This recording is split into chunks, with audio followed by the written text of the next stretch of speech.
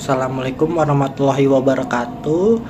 Di sini saya akan menjelaskan dan menceritakan kembali terkait perjalanan selama sisi agenda ketiga, yaitu tentang beberapa hal. Yang pertama adalah terkait kesan pertama saat belajar Smart ASN dan manajemen ASN. Tentu kesan pertama saya adalah saya jadi mengetahui apa saja ciri-ciri dari Smart ASN itu, seperti ada literasi digital, ada berjiwa hospitality, habis itu juga entrepreneurship, lalu juga ada nasionalisme dan lain-lainnya. Itu adalah bahan pembelajaran yang penting untuk kedepannya.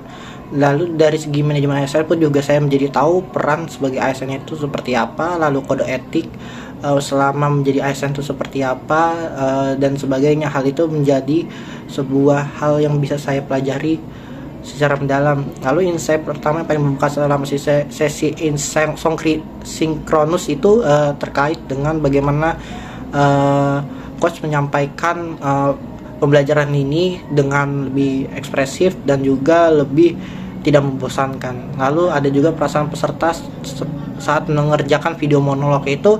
Pertama, untuk mengerjakan video monolog itu saya bisa tahu metode pengeditan, lalu juga di situ saya belajar untuk bagaimana menceritakan pekerjaan saya dan sebagainya. Lalu di sini ada juga tentang pembelajaran beragam saat presentasi dan pembahasan tugas. Ini juga bagaimana saya bisa melatih kemampuan public speaking saya. Lalu juga kita bisa mengetahui beberapa pandang atau sudut pandang dari berbagai macam peserta lainnya. Ini menambah pengalaman dan juga pemahaman saya tentang tugas ASN itu seperti apa. Lalu di sini ada apa perubahan dan cara pandang peserta terhadap tugas sebagai ASN dan tantangan dalam mewujudkan smart career. Karena cara pandang ini saya sedikit berubah terkait tugas sebagai ASN. Ini kita sebagai pelayan masyarakat yang dimana kami ini digaji oleh masyarakat, jadi kita harus bisa harus bisa semaksimal mungkin berkontribusi kepada masyarakat. Juga tantangan kedepannya untuk mewujudkan smart governance adalah bagaimana kita bisa merampingkan birokrasi kita supaya semua sistem yang sudah dijalankan itu bisa berjalan dengan efisien dan efektif.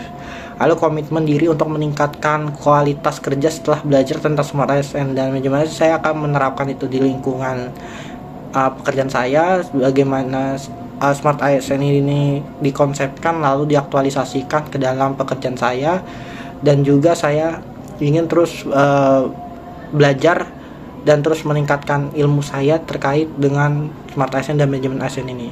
Sekian dari saya. Wassalamualaikum warahmatullahi wabarakatuh.